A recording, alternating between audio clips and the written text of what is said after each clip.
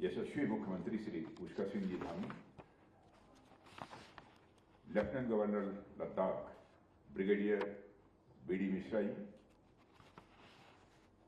Shri Tirath Singh ji Rawat member of parliament Garhwal, Shri Tapir Gao member of parliament Arunachal east, chief of defence staff general Anil ji Chauhan, lieutenant general R Srinivasan DG border road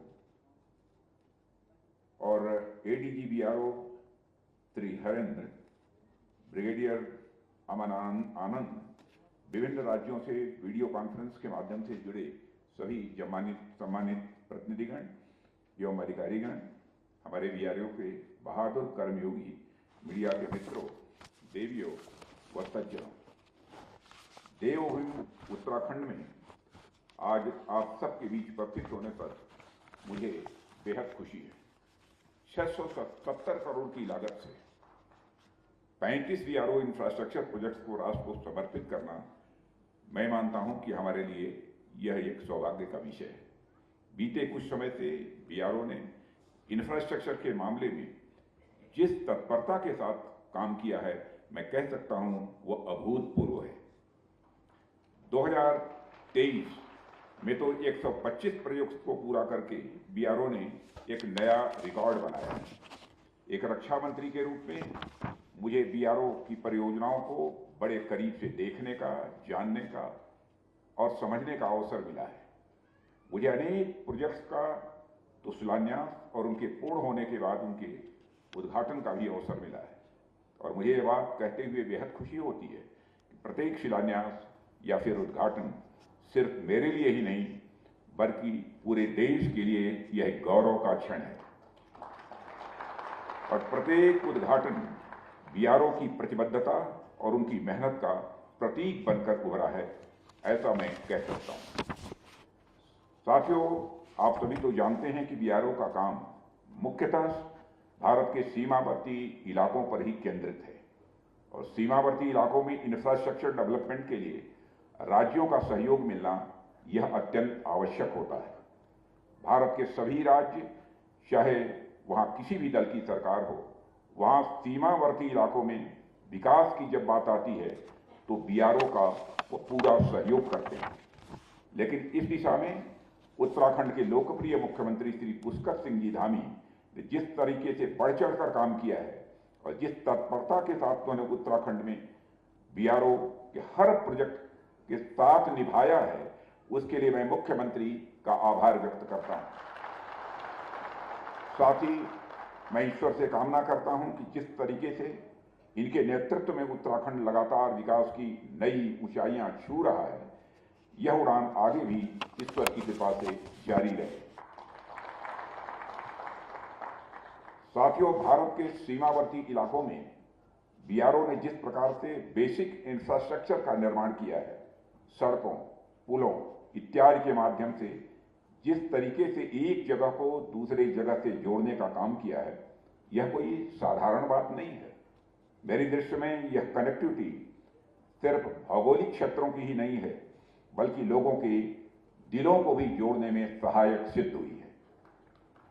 आज भारत के सीमावर्ती इलाकों के किसी सुदूर गांव में बैठा हुआ व्यक्ति सड़कों या पुलों के माध्यम से खुद को भारत के बाकी क्षेत्रों से जुड़ा हुआ महसूस करता है, तो इसमें बीआरओ का बहुत बड़ा योगदान है। नदी के दो किनारों के बीच की गहराई हो या फिर दो पहाड़ों के बीच की खाई हो, इन सबको काटते हुए एक संस्था के रूप में बीआरओ तथा उससे जुड़े हुए लोग जिस मेहनत के साथ कनेक्टिविटी को बढ़ाने में लगे हुए हैं, उसके लिए निश्चित ही बीआरओ के सभी अधिकारी और सभी कर्मी बधाई के पात्र हैं। साथियों, अगर वास्तविकता में देखें तो बीआरओ की पहचान उसके कर्मियों से है और ये बीआरओ के अफसर, बीआरओ के इंजीनियर्स, बीआरओ के जवान, बीआरओ के लेबरर्स ही असल मायनों में बीआरओ का निर्माण करते हैं। जब हम ये कहते हैं कि बीआरओ देश के सीमावर्ती इलाकों में आधारभूत संरचनाओं के विकास के लिए कार्य कर रहा है, तो असल में हम बीआरओ नहीं बल्कि बीआरओ के कर्मियों का जिक्र कर रहे होते हैं। ऐसे में आज बीआरओ के कर्मियों पर ही मैं अपनी बात यहां रखना चाहूंगा। साथियों, हमारे जो बीआरओ कर्मी हैं उनमें आपको मालूम है कि ब्रॉडली मुख्य रूप से 3 तरह के कर्मी होते हैं। एक जो आर्म्ड फोर्सेस से बिलोंग करते हैं, और दूसरे वे जो बीआरओ के परमानेंट सिविलियन एम्प्लॉइज हैं, और तीसरे वे जो बीआरओ से जुड़े कैजुअल पेड हमारे लेबरर्स।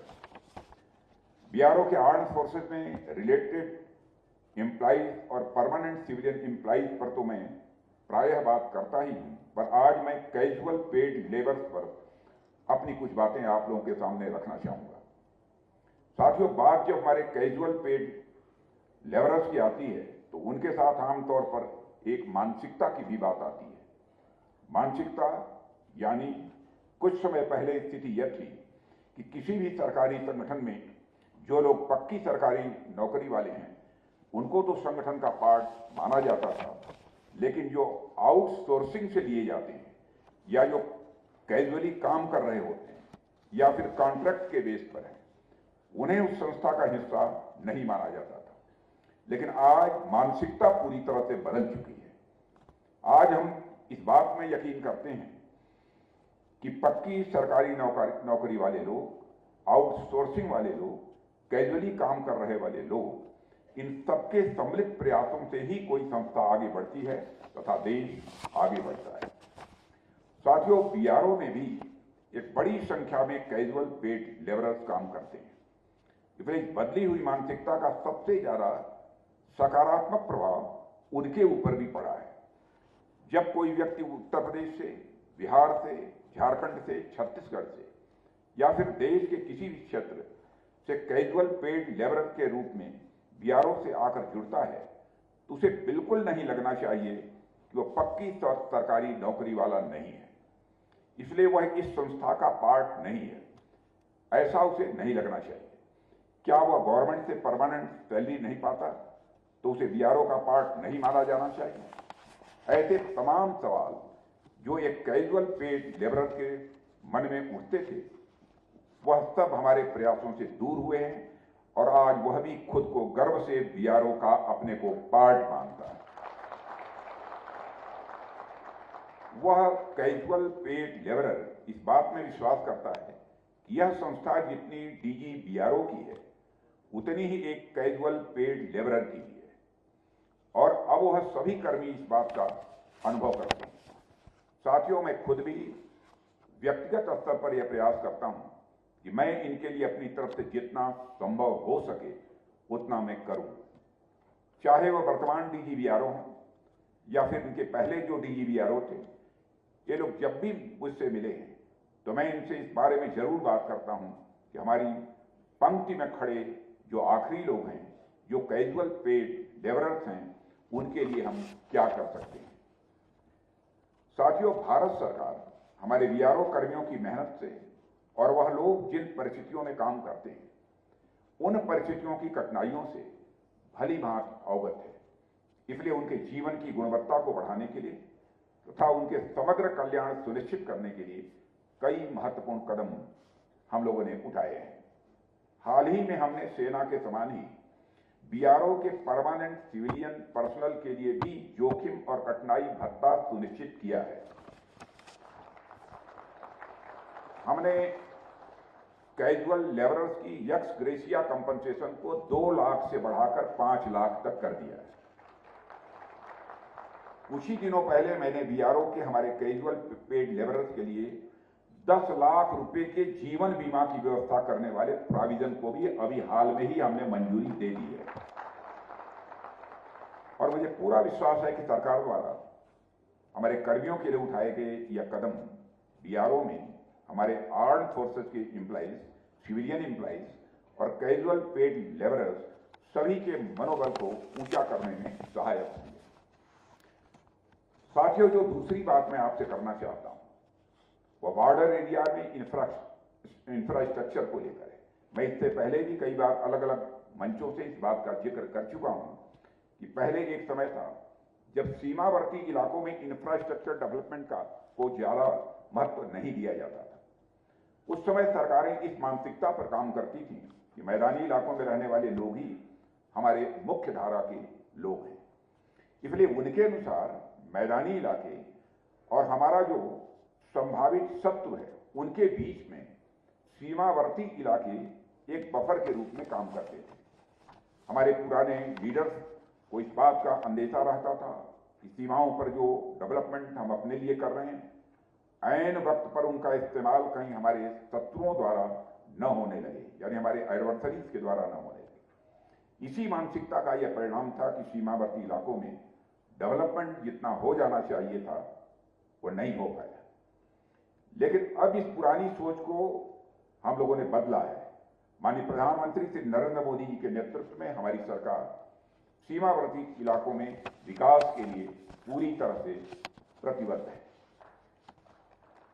साथियों, हम सीमावर्ती इलाकों को एक बफर जोन के रूप में नहीं बल्कि हमारे मेन स्ट्रीम का हम हिस्सा मानते हैं। साथियों, हम यह नए भारत का नया कॉन्फिडेंस भी दर्शाता है कि हम अपने पोटेंशियल एडवर्सरी से निपटने के लिए मैदानी इलाकों तक उनके आने का इंतजार नहीं करेंगे। हम पहाड़ों पर ही ऐसा इंफ्रास्ट्रक्चर डेवलप करेंगे और पहाड़ी सीमा पर सेनाओं की ऐसी तैनाती करेंगे कि वह हमारे पहाड़ी लोगों की सुरक्षा का भी ध्यान रखे और हमारे किसी भी एडवर्सरी यानी शत्रु से निपटने में भी सेना के लिए पूरी तरह से वह सहायक भी हो। साथियों, अभी 2 महीने पहले ही उत्तराखंड के सिलकेरा टनल में जो साहसिक अभियान चलाकर फंसे हुए मजदूरों को बाहर सुरक्षित निकाला गया था, उसमें भी बीआरओ की विशेष रूप से बीआरओ की महिला कामगारों की हमारी विशेष भूमिका रही है। बीआरओ की महिला इंजीनियर्स की टीम ने रेस्क्यू मिशन में महत्वपूर्ण भूमिका निभाई है। विशेष रूप से सीमा सड़क संगठन के जनरल रिजर्व इंजीनियर्स फोर्स की महिला मजदूरों ने, जिसे जीआरएफ कहते हैं, कि महिला मजदूरों ने पहाड़ी की चोटी तक जाने वाले 1.5 किलोमीटर 1.5 किलोमीटर लंबे ट्रैक का भी निर्माण किया है। उन्होंने अपने अथक परिश्रम से टास्क को सफलतापूर्वक पूरा करने में कामयाबी हासिल की है। आज के इस अवसर पर मैं जीआरएफ की पूरी टीम को अपनी तरफ से हार्दिक बधाई देता हूं, जिसने संकट के समय अपनी भूमिका का सफलतापूर्वक निर्वहन किया है। उस पूरे अभियान के दौरान उत्तराखंड के मुख्यमंत्री श्री पुष्कर सिंह जी धामी लगातार चिंता करते रहे और उन्होंने इस मिशन को कामयाब बनाने में दिन रात एक कर दिया है और इस मिशन में शामिल हर किसी ने टीम वर्क की एक अद्भुत मिसाल कायम करने का एक इतिहास रचा है। साथियों, प्रधानमंत्री श्री नरेंद्र मोदी जी के नेतृत्व में हमारी सरकार की सोच ही अन्य सरकारों से काफी हद तक अलग है। उनके लिए सीमावर्ती इलाके और वहां का इंफ्रास्ट्रक्चर मायने नहीं रखता था, क्योंकि उनके लिए बॉर्डर एरिया देश का अंतिम इलाका होता था। हमारी सोच है कि बॉर्डर एरिया हमारे देश का चेहरा है, इसलिए हम सीमाओं पर भी विश्व स्तरीय इंफ्रास्ट्रक्चर बना रहे हैं। आज देश में हर सीमावर्ती इलाकों में सड़कों, पुलों और सुरंगों के माध्यम से कनेक्टिविटी दी जा रही है और इस काम का स्ट्रेटेजिक महत्व तो है ही, मगर इसका संबंध हमारे बॉर्डर एरिया में रहने वाले लोगों के विकास और कल्याण से भी जुड़ा हुआ है। साथियों, सीमा से सटे रहने वाले हमारे भाई बहन किसी सिपाही से कम नहीं है, यह हमारी सरकार की मान्यता है। फौजी वर्दी पहनकर देश की रक्षा करता है, तो हमारे यह भाई बहन इन इलाकों में रहते हुए देश की बहुत बड़ी सेवा कर रहे हैं। उत्तराखंड में सीमावर्ती इलाकों से बड़ी संख्या में पलायन हुआ है। इस सच्चाई से भी मैं अच्छी तरह अवगत हूं, जो हमारे लिए एक चिंता का विषय है। इसलिए हमारे प्रधानमंत्री और हमारे उत्तराखंड के मुख्यमंत्री दोनों मिलकर इंफ्रास्ट्रक्चर और विकास से जुड़ी तमाम परियोजनाओं को सीमा के आखिरी छोर तक ले जाने का काम कर रहे हैं। हम चाहते हैं कि देश की विकास यात्रा से सागर से लेकर हम सीमाओं तक पहुंचे। साथियों, उत्तराखंड से देश के कुछ सीमावर्ती राज्य या केंद्र शासित प्रदेश हैं, जैसे लद्दाख, हिमाचल प्रदेश एवं सिक्किम, जहां हाल के वर्षों में प्राकृतिक आपदाओं की संख्या में काफी वृद्धि हुई है। मैं समझता हूं इस पर एक स्टडी करने की आवश्यकता है। ऐसा मैं महसूस करता हूं, इस पर एक अध्ययन किया जाना चाहिए। हिमालय का विस्तार देश के अन्य राज्यों में भी है, परंतु इन कुछ राज्यों में इस तरह की घटनाओं के बढ़ने की अनदेखी नहीं की जा सकती है। इसमें क्लाइमेट चेंज की बड़ी भूमिका है, ऐसा बहुत सारे विशेषज्ञों का मानना है। आज देश में क्लाइमेट चेंज सिर्फ एक मौसम से जुड़ी घटना भर नहीं है, बल्कि राष्ट्रीय सुरक्षा से जुड़ा यह एक गंभीर मुद्दा भी है।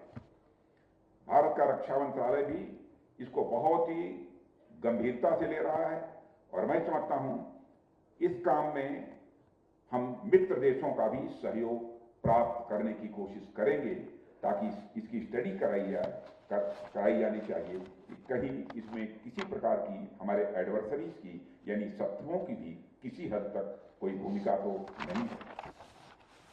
अंत में मैं बीआरओ से जुड़े सभी लोगों को देश के दूर दराज के इलाकों में कनेक्टिविटी स्थापित करने की उनकी प्रतिबद्धता के लिए बधाई देता हूं और साथ ही डीजी श्री रघु श्रीनिवासन जी को भी उनकी विशेष प्रतिबद्धता के लिए, अथक परिश्रम के लिए उनको भी मैं बधाई देना चाहता हूं, उनके सारे सहयोगियों को भी। और मैं उन्हें आश्वासन देता हूं कि सरकार हर कदम पर उनके संकल्प के साथ खड़ी है। मैं एक बार फिर से आप सभी को धन्यवाद देते हुए यहीं पर अपना निवेदन समाप्त करता हूं। आप सबको बहुत बहुत धन्यवाद।